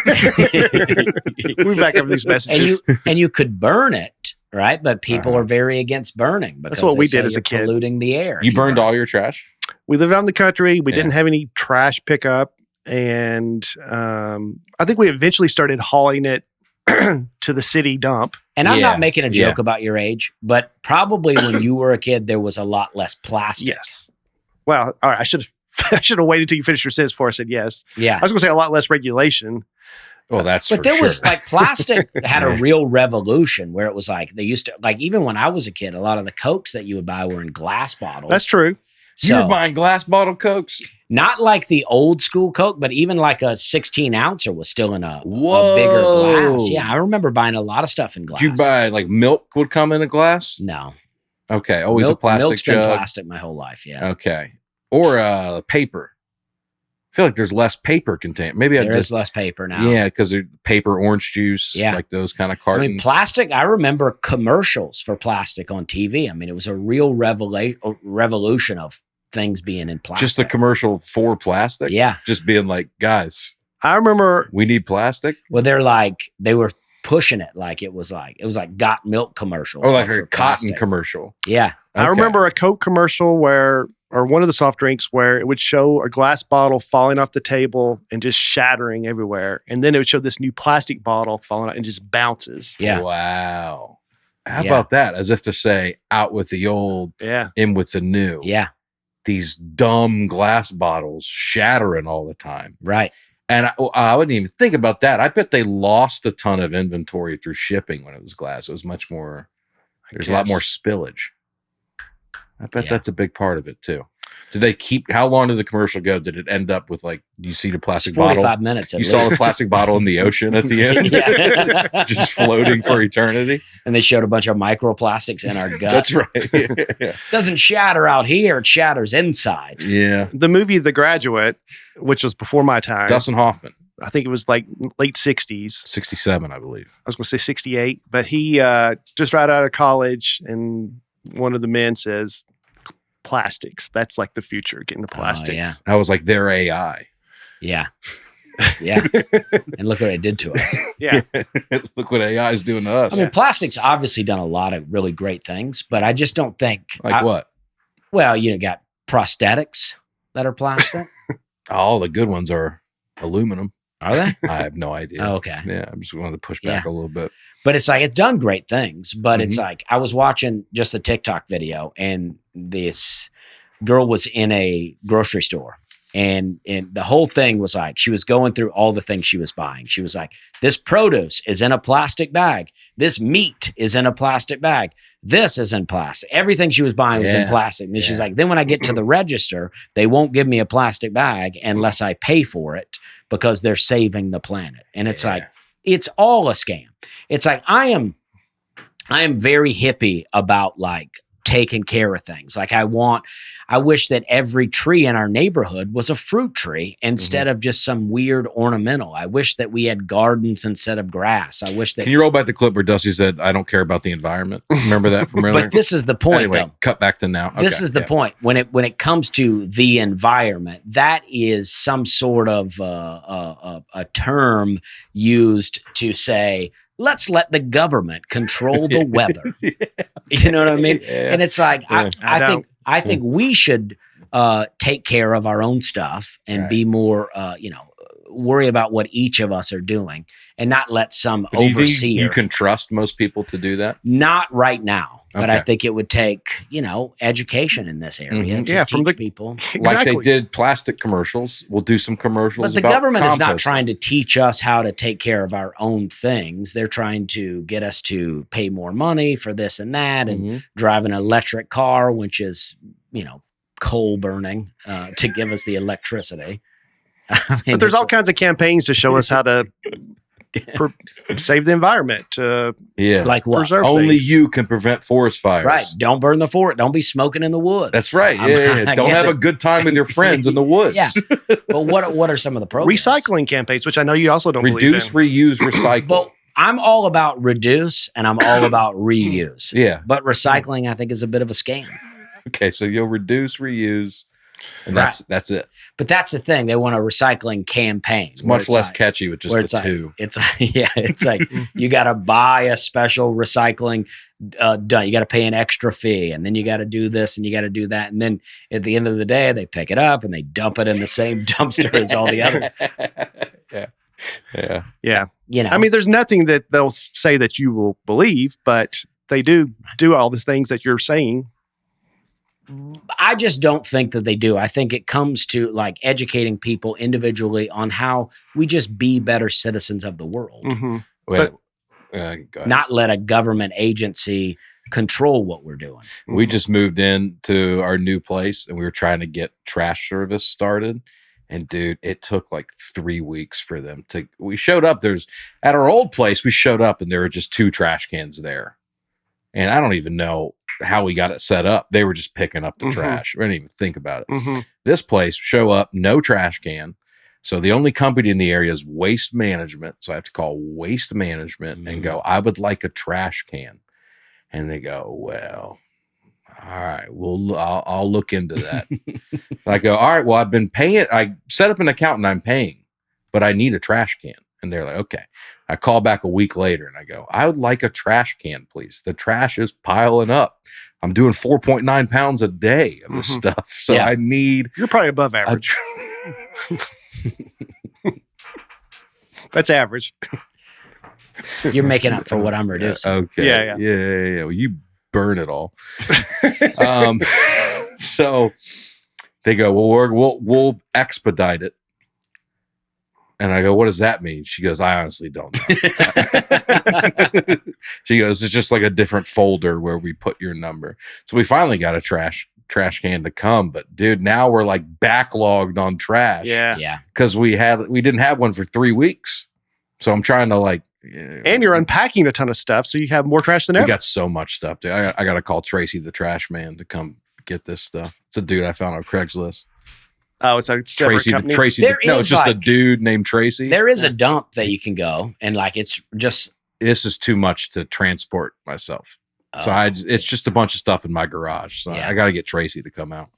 When waste management fails, I call Tracy the trash man. Yeah. Well, I like Tracy. Do you have a recycling bin?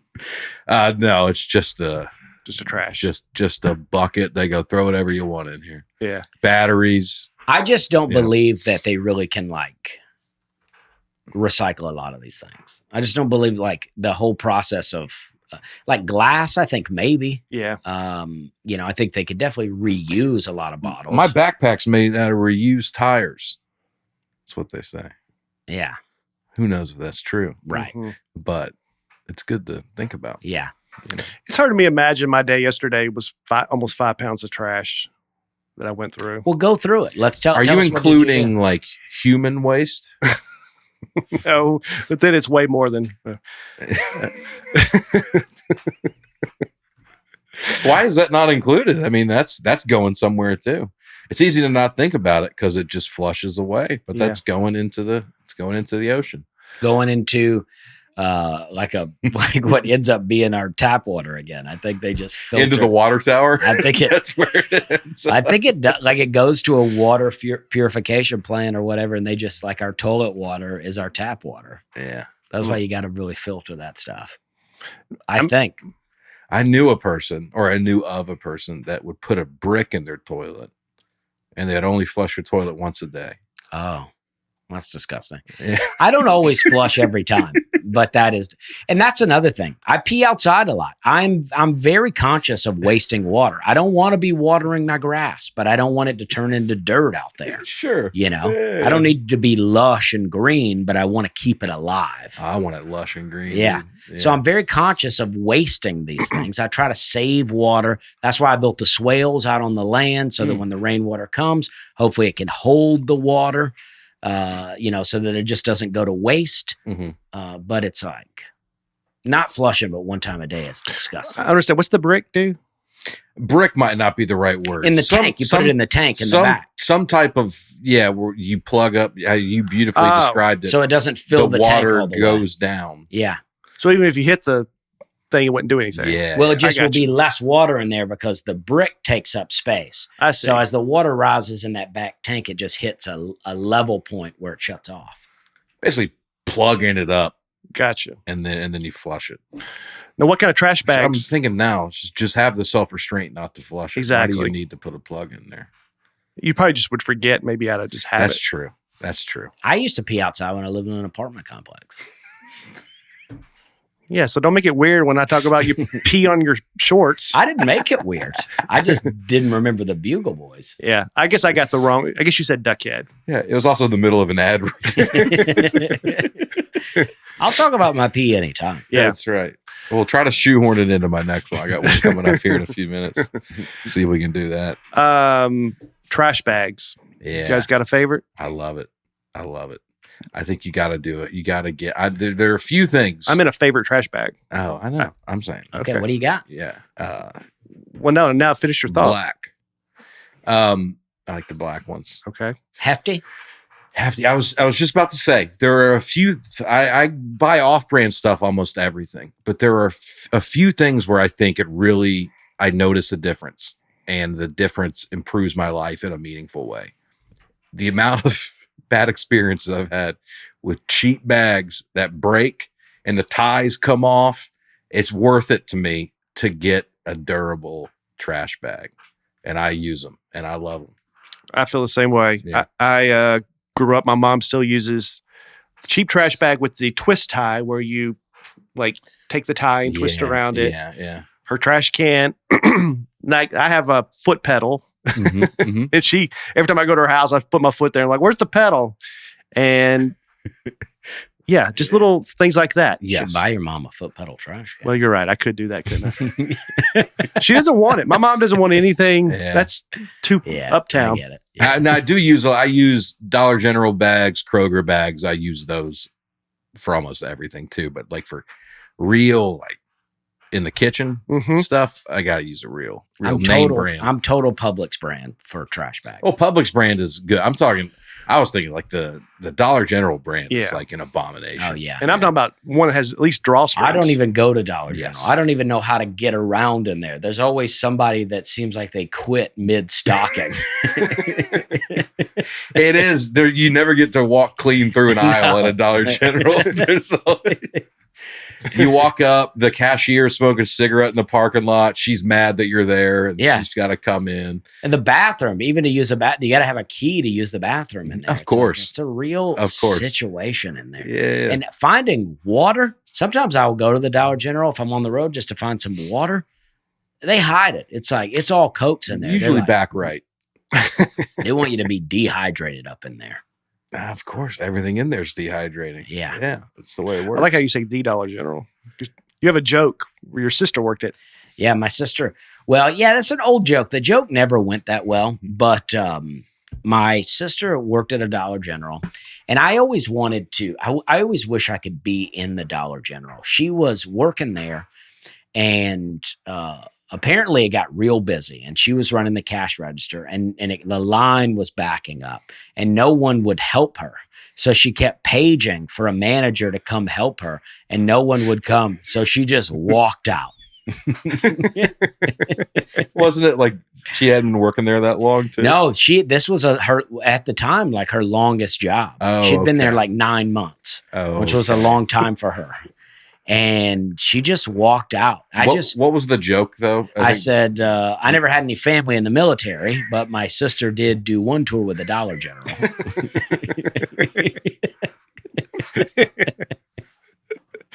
That's a great joke. That part of the joke went well. Yeah. yeah. But I always wanted to be in that Dollar General when she walked out. I just would like to be there with a few items. I'm bothered that there's a line. The cashier's freaking out, and then Yeah. she just leaves, Mhm. and we're all like, "Oh, I remember when I worked at the country club here in town, like the busiest day of the year, this big event, and this girl that I worked with screaming in the kitchen and just walked out. I had never seen that happen before. I mean, it was pretty crazy. Like, oh, we're like, we needed you. yeah, Like, we need you right now. yeah." Yeah, this stinks. We need you though. And she just left. I And never one- saw her again. And once the anger's gone, it's like, You think she's like getting in the car and like, I should probably head back. yeah, I just lost my job and my reference for my next That's one. right. Yeah. You burned a bridge. That's what Larry David did, right? Yeah, he just showed up the next day and pretended it didn't happen. Was it SNL? SNL, yeah, his first season there. Yeah. That's the way to His go. only season. Because to some degree, depending on how bad they need you, they might let it go too. Not this. I remember. I remember the manager being like, "Good riddance." Oh yeah. It's pretty great. Yeah. Anyway, Now, have you ever been dumpster diving? no, I've thought about it. Was there anything in particular you were looking for? No, sometimes you'll see a little. Dusty's got a bit about this too, but sometimes you'll see a little like some furniture in there. Yeah. Yeah. What got dumped in this dumpster? You know, Mhm. Yeah, I don't think I've ever been dumpster diving, but I've for sure like spent some time. in 'em. seen some stuff on the side of the road, and I'm like, well, I'm gonna mess around through this here. You know, looking for furniture and stuff like that. I feel like dumpster diving is like you throw open a lid and you get down in that thing. I've never done that. Apparently at one point though, some people in my family had figured out where in Opelika, Walmart would dump all their returns. Like, Mhm. because apparently when they get returns, they're not allowed to like, at least back then, like put them back on the shelf. Okay. So they just get dumped. wow. Or maybe Food. maybe it's like no one can take it home or something like that. Okay. Whatever it is, they found the place where Walmart was dumping this stuff, and they were going out there. What a and score. yeah, my mom had like a ton of Christmas stuff, but it would be like a deer that only half of it lit up, and she was able to fix some of it, but it was like, this is stuff you don't need here. Yeah. At Daisy's birthday party, we were playing with her Eleanor and I played with Daisy's dollhouse. And it's a nice dollhouse. And your mom said, yeah, I found that on the side of the road. Oh, I love it. Yeah. Well, yeah, it was like, it's been around. A lot of the kids in the family have played with that dollhouse. And Daisy would go there and play with it. Yeah. My mom's like, oh, the kids here don't even play with this. Why don't you just take it? Yeah. She loves that dollhouse. Yeah, it's a great dollhouse. Yeah. When I was... I didn't know that. oh, you didn't know that's on right now? No. Oops. When I was in high school, I had braces and then a retainer. And I lost my retainer more than once. And my parents, my mom especially, really it's expensive to go replace it. Yeah. And I was probably a sophomore in high school. I was old enough to drive. And I apparently left my retainer on my tray, in the cafeteria. You take them out when you eat. And then I went up there and dumped my tray, whatever. Yeah. Then I realized later on what I've done. And I was so worried that my parents were going to really let me have it. My cousin, who was a couple years younger than me, had a metal detector. Whoa. And I came up with this idea, let's go to the dump behind the high school with your metal detector and do the bags of trash and see if we can find my retainer. Whoa. And so my cousin was in 8th grade, I think. I was a sophomore but could drive. And we went and we got in there. And what we didn't realize is the whole bin is made of metal. So it's like, man, it's everywhere in here. It's like using a sand detector on the beach. I feels like only the only thing nerdier than a retainer that you've lost and you're now looking for is being caught out back with a metal detector by the dumpster. Well, you get caught. I know, but thankfully. Well, that's the only reason you're here today is because you didn't get caught. Yeah. What we ended up doing was we're like, well, we got to get away from this metal of the bin. So we loaded up bags of trash in my car, drove back out to the country where I lived. There's always some back road, a creek bed where people would be disposing anyway. We just went out there, the bags of trash, and went through. You talk about disgusting. Yeah. So disgusting. We did not find it. School's trash. You'd be better off to get a job and buy yourself a new retainer. Well, I'd have to do it in the next 4 to 6 hours, before my mom found out. It's a stupid thing, but that's hilarious. I'm just sharing that. So funny. Yeah. And a shame that you trashed that creek in that way. Yeah. It's a different time back then. There's a scene of there's a scene in Mad Men. Yeah. Where they're having a lovely picnic in a park. And then they finish up and they just crush their can and they just start throwing their trash into the forest.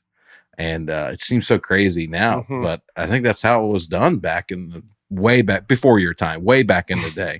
That's how it was done, right? There is no thinking we need to put this in the trash can. I don't think everybody was doing this at this time, but when my dad would pick me up, my parents are divorced and my dad would pick me up from school every other Friday. And it's about a 30-minute drive back to his house.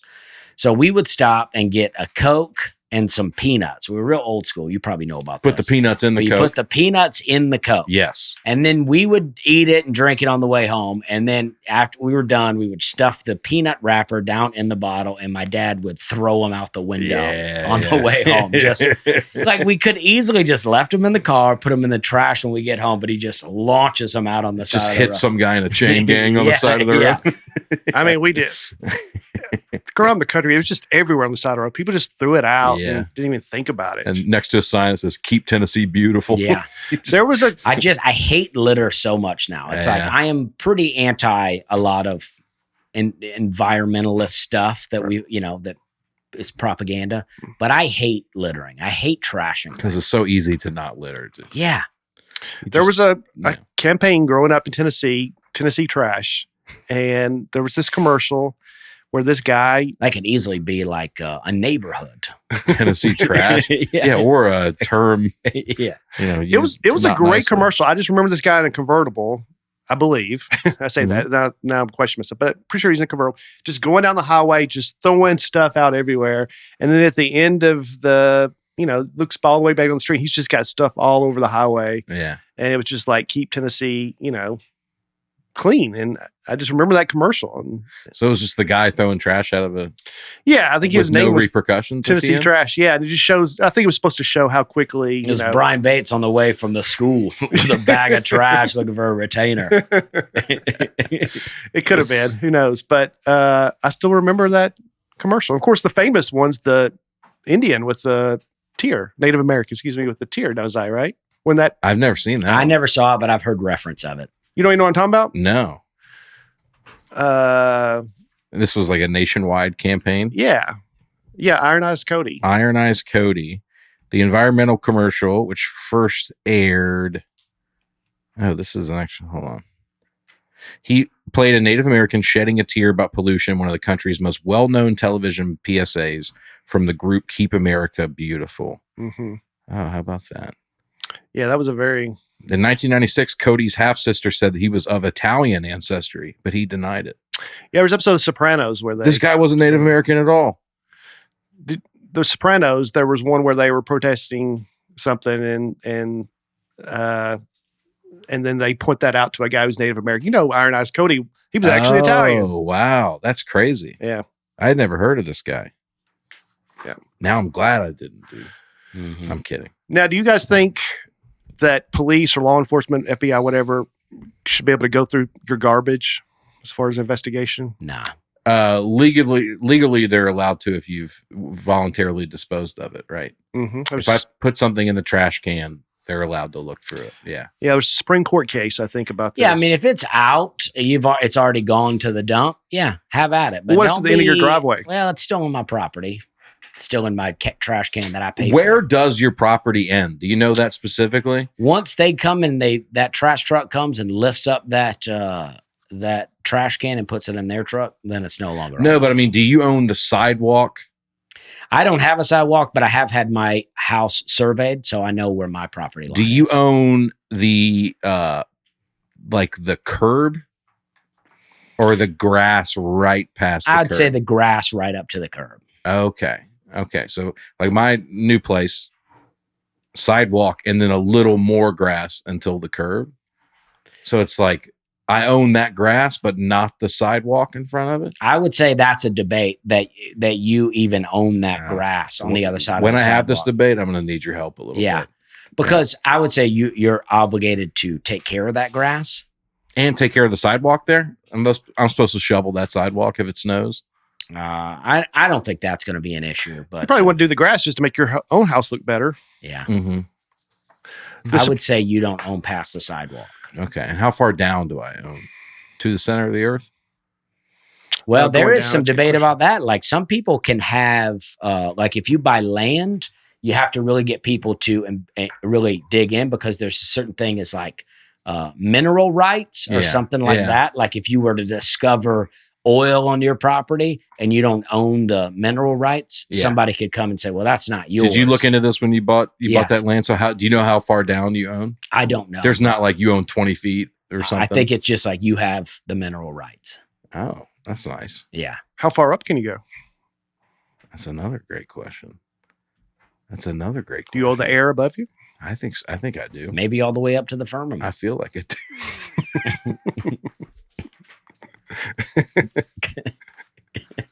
Maybe I'm so. looking at you guys to see Yeah, if you I know. approve. Do you Yeah. approve? Are you with me? It's like Dusty's like the end of Truman Show at the staircase of Well, the Supreme Court ruling, they Yeah. asked that same question. Where does it end? And they used a term curtilage. curtilage. Yeah, and the house is curtilage. Curtilage of a home is an outdoor space that is an extension of the inner living space, and which therefore has a reasonable expectation of privacy from searches by law enforcement. Okay, so if I got my trash can tucked away behind the porch or something, That's definitely not legal. right? But if it's out where it's available for pickup, then I've legally disposed of it, and they can look through that trash. Mhm. Interesting. I Good would to say know. that makes sense. Good to know. But if it's half in your driveway and half on the sidewalk, I don't know. Judgment call. Yeah, you got to play it by I mean, ear. to some degree, though, like, I don't know. I mean, it's like I'm against it, but if it is in your trash can waiting to be picked up, at this point, you've already said, I'm done with this. Right. You know, Right. nobody's storing anything out there going, oh, trash about to come. Let me go get that out. I think a lot of cases have been solved that way, at least on TV shows That's right. Yeah. and some in real life. You know what they need is delete me. Yep. It doesn't work with trash, but Oh. how would you like to wake up and discover your bank account has been emptied, like your bladder into a pair of shorts? Oh, man. Or Bugle Boys? how would you like to wake up and discover your bank account has been empty, or get overdue notices for credit cards that you've never applied for, or worse, you don't realize how much your information is available to scammers on the internet and how susceptible you and your family are to identity theft and fraud. But now you can get your data removed with Delete Me. And that's why I recommend and why I use Delete Me. Delete Me is a subscription service that removes your personal info from the largest people search databases on the web, and in the process helps prevent potential ID theft, doxing, and phishing scams. They send you regular personalized privacy reports showing what info they found, where they found it, what they removed. It's not just a one-time service. They are always working for you.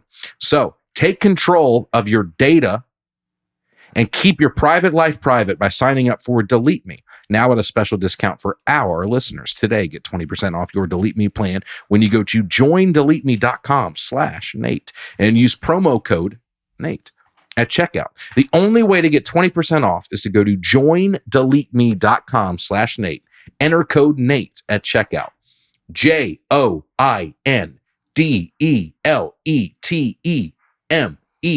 JOINDELETEME.com/Nate. Boom. He's good. The best. Now, All right, that's fun. we've talked a little bit in the past about the Great Pacific Garbage Patch. Yes. 2 times the size of Texas. Are you familiar with this, Dusty? I'm guessing that is a bunch of trash out in the ocean that's come together and Kind of circulates. people are living on it. Yeah, no, this guy's People.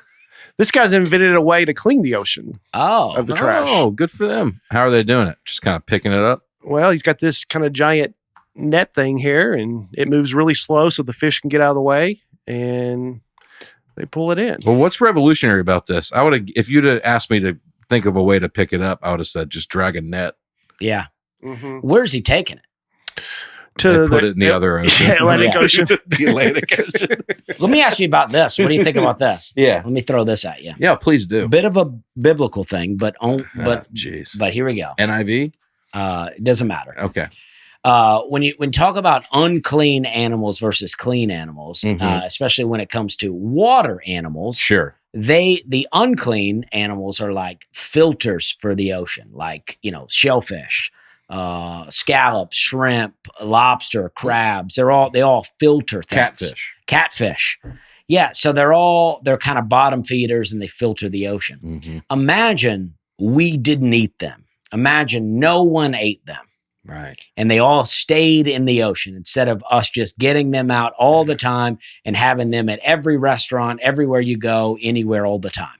Yeah. They were just left in the ocean. How clean might the ocean be? Yeah. And New Orleans would be bankrupt. Right. But how clean? Like, that's what I'm saying. But at what cost, dude? Well, Red Lobster's already gone out of business. but that's the point, though. Do you Yeah. think it would be much cleaner? No, I don't think that lobsters are going to be eating all this plastic in the ocean. Well, the plastic would be gone or still be there, but we might have less plastic if we were selling less, Lobster. different kinds of food. Well, the little rubber All the bands. rubber bands on the lobsters. But what I just, just the idea is that would the water be clearer?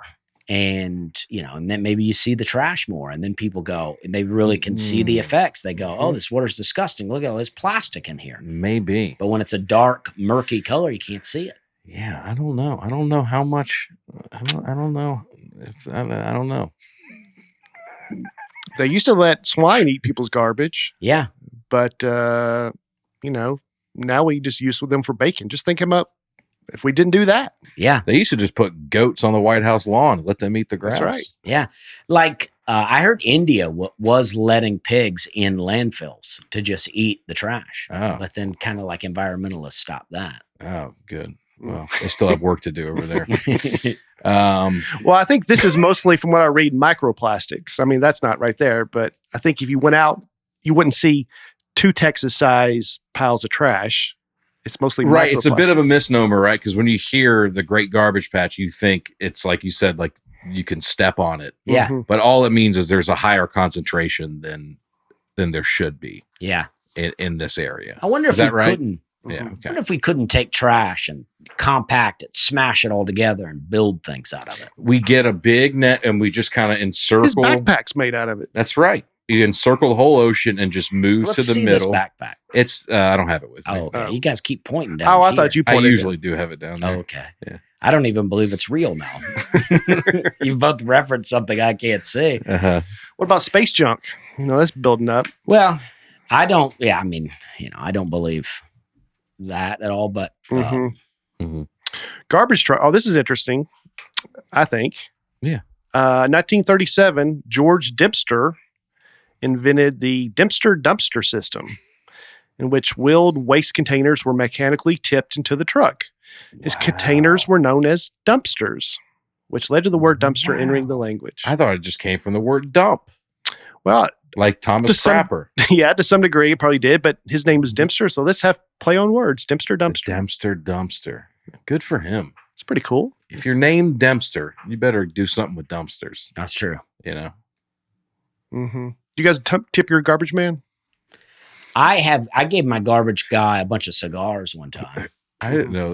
Is that something you're expected? I think to some do? people at Christmas time do. I don't have a relationship with mine. Didn't you know? get in a fight with yours? I don't think we got into a fight. I forget. Just a bit of a tiff? I Yeah, that's what forget- I meant. no, Not a I physical forget- Oh, no. It was my old trash company. Yeah. They were doing a similar thing to me where they would they just wouldn't show up. And then I would call and complain that they didn't come pick up my trash. And they go, oh, we'll just credit your account. And I'm like, I just want you to come pick up this trash. I'd like to pay you to take this trash. Yeah. I have nothing. They go, we'll get it next week and we'll just credit your account. And I'm like, it's full. Yeah, it's full of stuff. Yeah. 4.9 pounds a day. Yeah. I mean, I got a whole family. You're going through almost 20 pounds a day of trash. I don't think we have that much. Is that a worldwide average or is that American? American. Okay, so the worldwide average is probably 3 ounces a day. Compared is to us, right? Yeah. It is. Because we're so unbelievable. wasteful and Yes. yeah. It is unbelievable how much trash is. I hate it. I hate Yeah. it so much. How much trash we have out here, but I don't know what to do about it. So I do compost the cardboard. Oh, that's good. What do Yeah, you do? at least You just put it on the ground and eventually turns to dirt. That's good. Yeah. Oh, isn't that convenient? Yeah. Yeah. I'm gonna try to compost a lot of stuff Yeah. this weekend. See if styrofoam works. Well, it is. I do think a lot of our trash, if we didn't have it in plastic bags that go to the dumpster, it would just break down. Oh. Like you throw a banana peel out in the or yard. a retainer or Yeah, something. a couple of days, it's gone. Yeah. Yeah. So, Well, yeah, but banana peel, that's But if you put a banana peel in a plastic bag, it doesn't disappear like that. Yeah. You know, mhm. But if you threw just a plastic bag out in the yard, it's not going to go away in a couple of days. never. Yeah.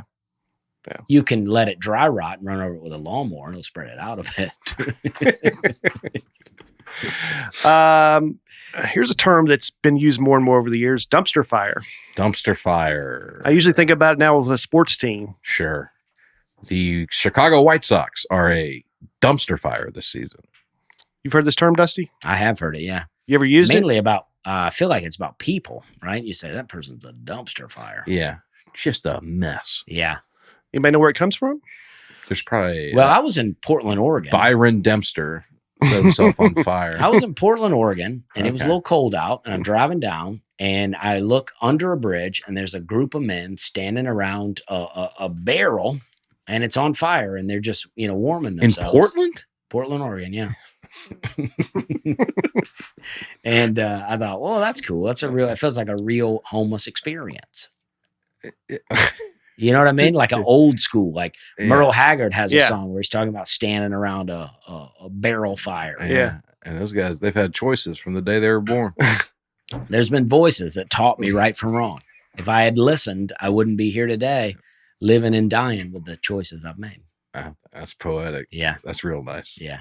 Where does it come from, bro? Well, this term's dumpster fire, not barrel Yeah, fire in you are Portland, right about Oregon. that. You are right about that.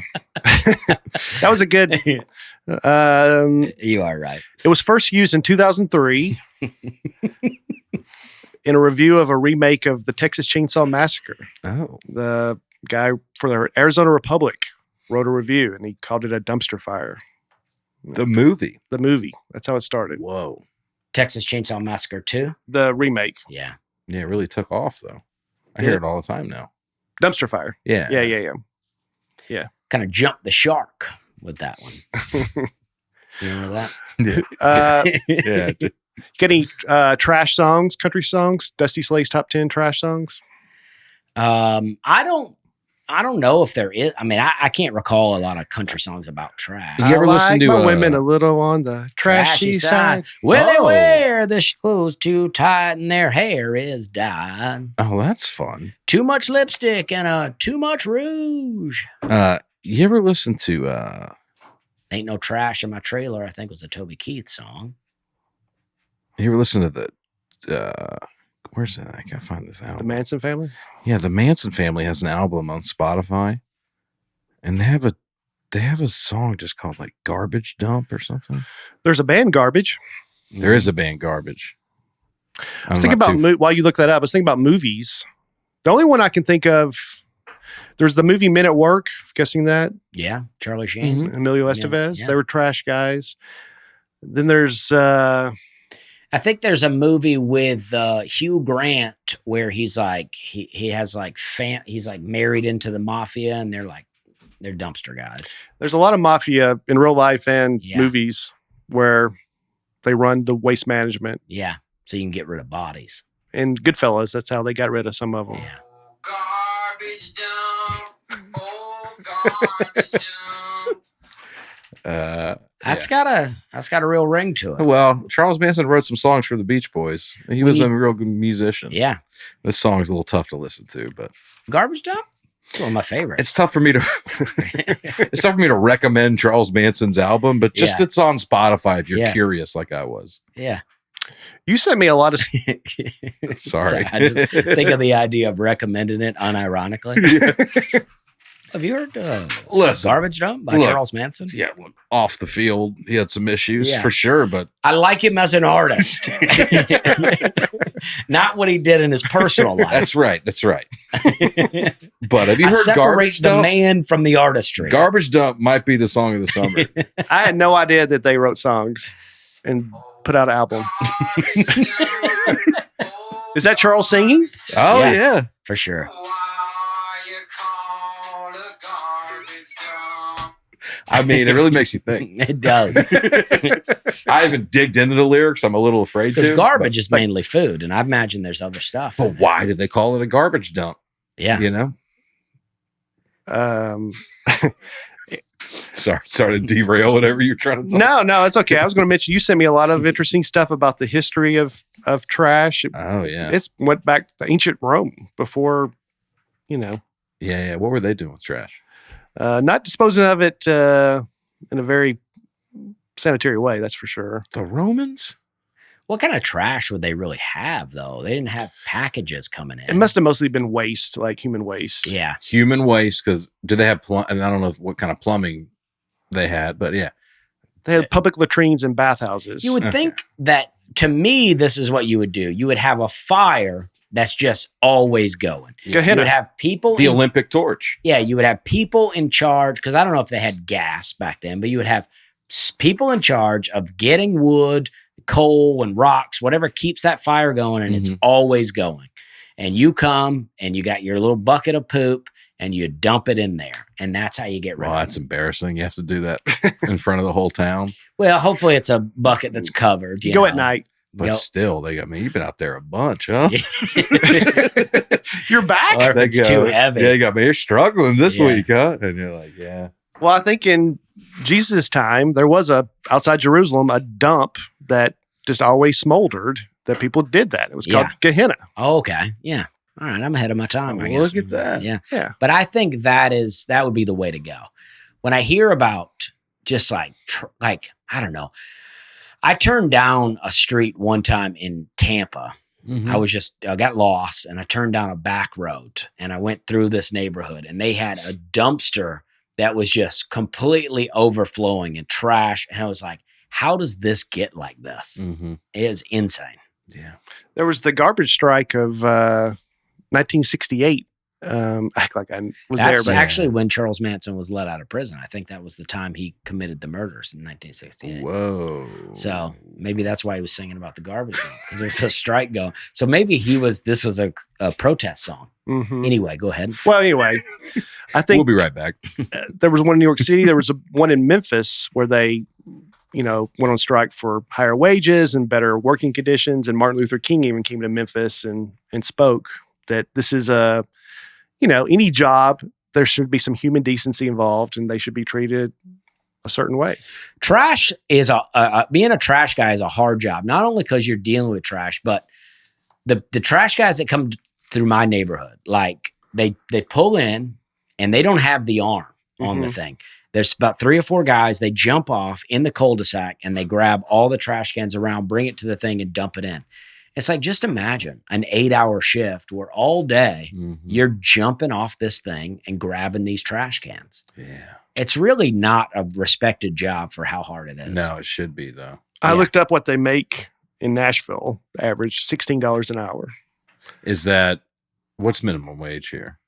Probably 10. I don't know. $7.25 still, isn't it? Lauren's shaking her head. Yes. Yeah.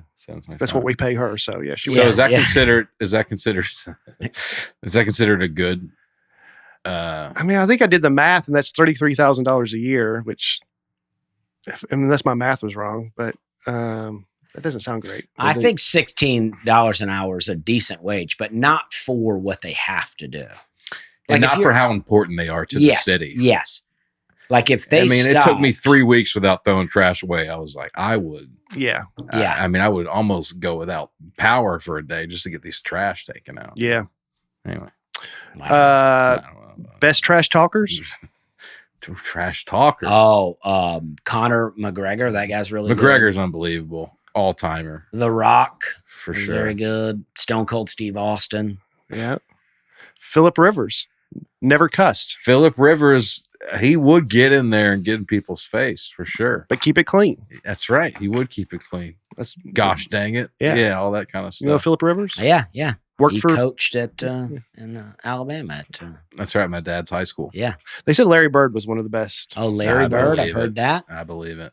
It was a I good- mean, I looked up a list of like the top trash talkers in sports. They're also the best, generally speaking, players. That's true, in was it? Like sports. Michael Jordan, Reggie Miller. Yeah, you're like, okay, well, Kevin Garnett is notorious. he was right up there.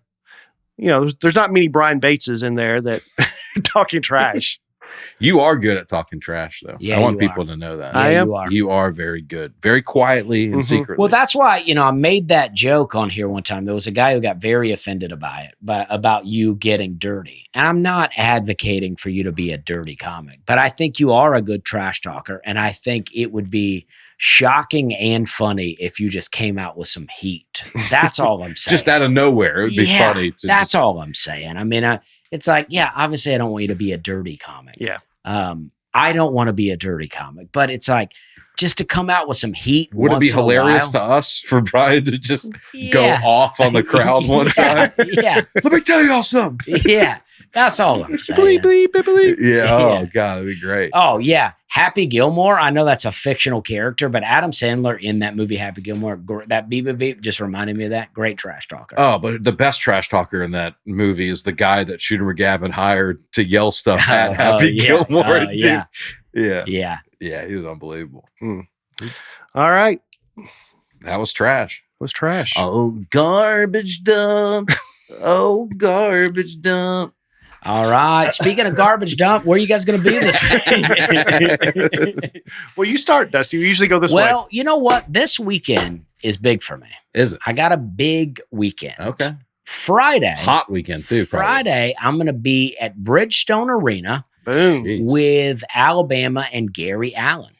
Nice. I'm going to be on the show That's with awesome. those guys. I hope they set the Bridgestone attendance record. I hope that'd be something, huh? And then I'd be part of it 2 times. Yeah. and It still would not be get clear any- then. It would be still it's not really get about any you. credit, Yeah. but I'd be a part of it 2 Yeah. times. But they won't, because there's no way that Alabama could get the stage that small. Mhm. Yeah, That the many stage people at Bridgestone was about as big as this table we're Yeah, talking at right yeah. now. So And then on Saturday, I have 2 shows in Richmond, Virginia at the Richmond Funny Bone, but those shows are sold out. Boom. Oh. Flex. On Sunday, though, we added a show. So there are some tickets available to Sunday at in that. Richmond, Virginia at the Funny Bone in a suburb of Richmond called Short Pump. And that's where I'll be. how about that? Short I did a show with you in Richmond in somebody's living room once. Yeah, You remember that? I do And that remember show that. was not sold out. it was not. It was a good time, but It it, was wasn't fun. sold out. Yeah. And then we went to that weird kind of diner place. the Galaxy Diner. Yeah, that was fun. But the Yeah. next day in Richmond, we went and had a sandwich. And you still talk about that It sandwich. was one of the best. I tipped the cook. I never tipped the cook before. It's one of the best sandwiches I ever had in my life. I wish I knew what that place was. I want to go again. I may make it happen. Yeah, find it this weekend. What kind of Yeah. sandwich? Reuben? It was something like that. It was a meat. I think it was a breakfast sandwich, right? We're No, getting I brunch think it was there. more like a Reuben type sandwich, which is my favorite. Corned beef or pastrami doesn't make Yeah. any difference to me. Yeah. I love a roast beef kind of sandwich, but it was like, I remember yeah, seeing you react to that I sandwich. still think about it. Yeah, that's Richmond. Mm. Yeah, It's exciting, man. You're going to go back there this time? yeah. That restaurant? I'm gonna try to find it. Yeah. July 27th. I've been promoting these shows for a while and a couple more weeks. July 27th, Allie Ray's in Knoxville, Tennessee. I just saw where Morgan Wallen announced he's doing a Knoxville show at Nateland Stadium. Did you see Same that? night. No, but I want to beat his attendance record. So come on out to Allie Ray's do it. Gastropub. Let's pump it up. Let's do Yeah. That Nateland bump. That's right. July 30th, 31st at Off the Hook Comedy Club in Naples, Florida. August 1st at Boca Black Box in Boca Raton, Florida. And August 14th back at Zany's, the lab at Zany's. All We'll right. sell out another show. Gonna We're sell it out again. going to have some hot friends of the podcast on there. All right. That's a lot of fun. Yeah. I'd like to do it this time. I'm not falling for this again, Dusty. I had to refund too many tickets last time. Dusty goes, yeah, I'll get Alabama to come by too. We'll play a couple songs. Just ghost you day of. This is Aaron Weber talking. This weekend, July 18th through the 20th, I am in Cincinnati, Ohio. Technically Dayton, Kentucky, but I think it's spitting distance from Cincinnati at Commonwealth Sanctuary. I've never been there. I'm doing 5 shows. Whoa. So come on out. Red's at home? The Reds are not at home, Mm. which is a bummer. Mhm. But next time. Good Next for time your ticket sure. sales, though. Not so far. And then next weekend, I'm going home to one of the first clubs I ever really worked at with you, Blue Room Comedy Club All right. in Springfield, Missouri. One Shout of my out to favorites. Christopher Michael Ray. Shout out to Springfield, birthplace of Brad Pitt and Steak and Shake. And I'm excited. So Cincinnati this weekend, Springfield, Missouri the Bass next Pro weekend. Shop. Bass Pro Shop and the start of Route 66 Yeah. and the start of my trajectory to arenas. Old Man Willie. Old. Yes. So come on out. AaronWeberComedy.com is on MySpace page. Go check out all my day. Thanks. All right. Well, this has been a hot podcast. I know I came in a little hot had a lot of coffee, but Mhm. I love you guys. I appreciate you listening to the podcast. We're having a good time. All right. Boom.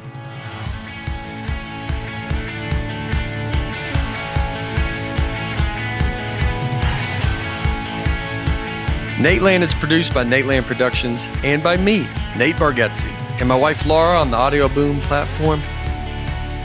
Recording and editing for the show is done by Genovations Media. Thanks for tuning in. Be sure to catch us next week on the Nateland Podcast.